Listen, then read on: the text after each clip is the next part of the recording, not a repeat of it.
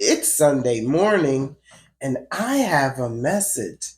And today's message is about Caleb. I'm finally circling back and getting to Caleb. And so we find Caleb in Numbers chapter 13. That's where we first meet Caleb. Now, he was the son of Jephunni, a Kenite, but he was also a representative of the tribe of Judah. So I think it's important that we understand that strong relationship between the Kenites and Israel. Caleb ended up being the spy for Judah. They sent 12 spies into the land. Moses sent 12 spies into the land, one from each tribe. And so they sent Caleb. Caleb and Joshua was Moses' right hand man. Caleb and Joshua were the only two out of the 12 that came back with a good report. So when it was time to move into the promised land, none of them got to go except Caleb and Joshua. So Caleb got his land. I need you all to understand that you don't necessarily have to be of the tribe of Judah in order to roll with the tribe of Judah. Now, it doesn't say his parentage, but his father was definitely a Kenite. And so, it went by your father. And so, your lineage went by your father. And so, just like Caleb got into the promised land and was given his land, his promise, we are grafted into the family. And so we still get God's promises. We don't have to be bloodline because we are Jesus' bloodline, right? By his blood, the blood that he shed on Calvary, he adopted us and grafted us into his family. So we are his family. And just like Caleb was considered Judah, we're considered. Understand?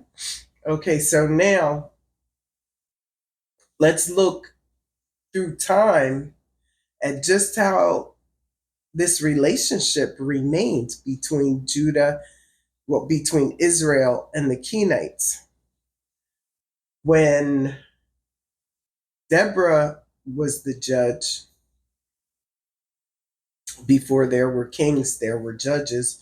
Deborah was a judge and she got into that war with Barak. She was beside Barak in this war. It was Jael that took the victory because she put a stake through Sisera's head. Well, Sisera saw a Kenite's house, and it was a Kenite's house, but Jael was an Israelite. We know because of her name. So, so he thought he was running into friendly territory, but there was an Israelite in the house. And so she handled business and got the victory and got a song made about her. And then later on, we see that Saul was going to war with the Philistines, I think. And he saw some Kenites and he's like, yo, y'all get to stepping because we getting ready to have war. And so that relationship lasted